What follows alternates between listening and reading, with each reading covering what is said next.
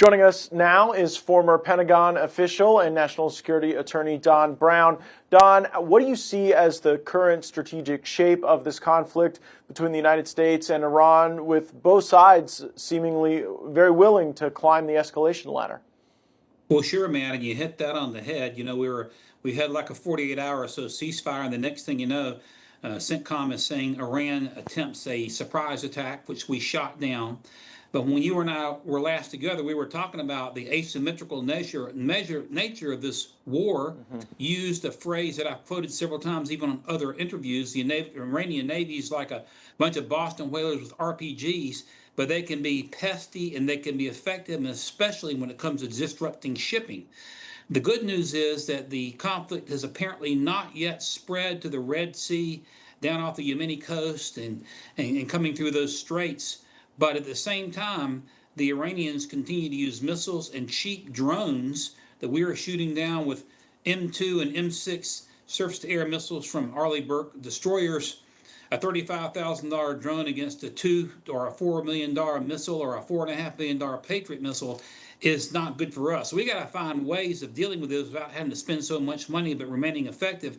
But I am concerned about escalation. I do believe that it is the Revolutionary Guard in control. There's no belief that the Iranian foreign minister in these peace talks has any authority from the Revolutionary Guard. I think the Guard wants to string this thing out into November, drive up gas prices and hurt Republicans at the polls, because that is their ticket to getting away scot-free. So it's a real tightrope the president's still walking, Matt.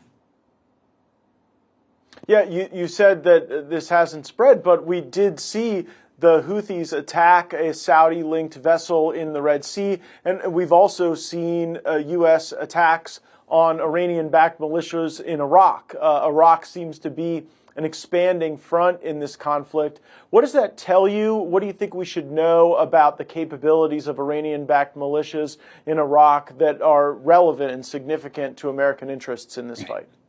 First of all, you're correct on both points. We have seen signals of it possibly spreading. It hasn't spread to the Red Sea to the extent that it's there in the Persian Gulf and the Strait of Hormuz, but it's a big concern.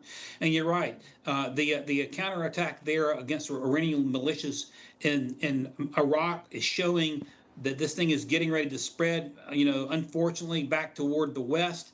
We hope that doesn't happen. But, these Iranian militias, whether the Houthis or whoever it may be, Hezbollah in Lebanon and Iraq, they're like a cancer. They're here, they're there.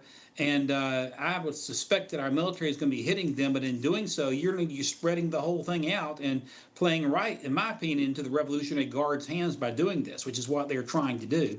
And either you're going to bring an end to this or you're not. And the president, again, he's walking a real tightrope here, both politically and militarily, in my judgment.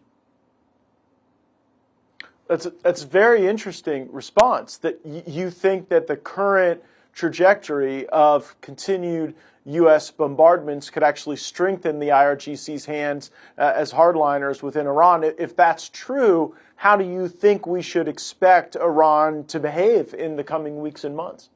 Well, first of all, you know better than me, and we all know that we have the military strength to crush them if we want to pay the political price to do it. But we've been in this cycle now since really the end of February, the 1st of March, where we would hit them hard. There would be a pause. We'd negotiate. They would break. There were, whether it's under the MOU or just attacking us in the middle of negotiations, and you're stringing it on and on and on and on and on. You're going to have a much more powerful response to break the cycle. And ultimately, at the end of the day, the question is, are we going to have the will to take these mullahs out? And if we don't, that revolutionary. Well, what does that mean? Hold on, Mr. Brown. What is that? What do you mean take them out? Are you saying just continue executing members of the leadership of the Iranian government? Because it seems we've done that. Are you talking about like massively killing a bunch of civilians? Well, I'm just Don. My daddy was Mr. Brown, but no, I mean you're going to have to end that regime, Matt, because it will be a festering cancer.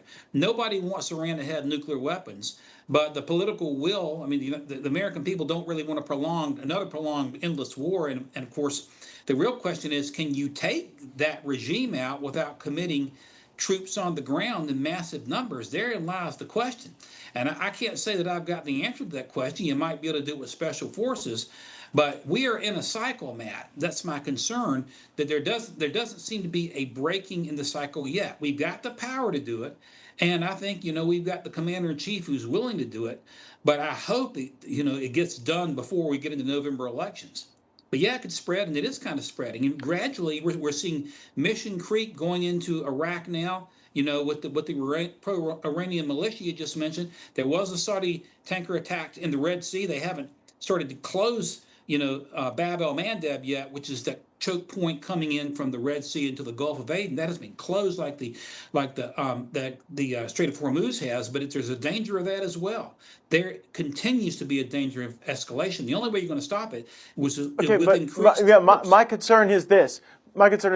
If a bunch of special forces guys show up in Tehran and grab the 50 dudes that are running the Iranian government and throw them on a C-130J and get them out of the country, the next 50 dudes that are going to show up to run the country are not going to be like Jeffersonian Democrats. You're not going to get John Adams and Henry Clay next in line. You get a bunch of other crazy IRGC people. So I see a regime change as sort of an unrealistic fever dream, and we've got to find some sort of deal that gets Iran to behave like a normal country, not like genocidal maniacs. Yeah. And at the same time, we've got to get the straits open, and I don't have the answer to that, but I think it's ludicrous to suggest we can do regime change without a massive ground war, and the benefit of that would seemingly be uncertain to me. But I'll give you the last word.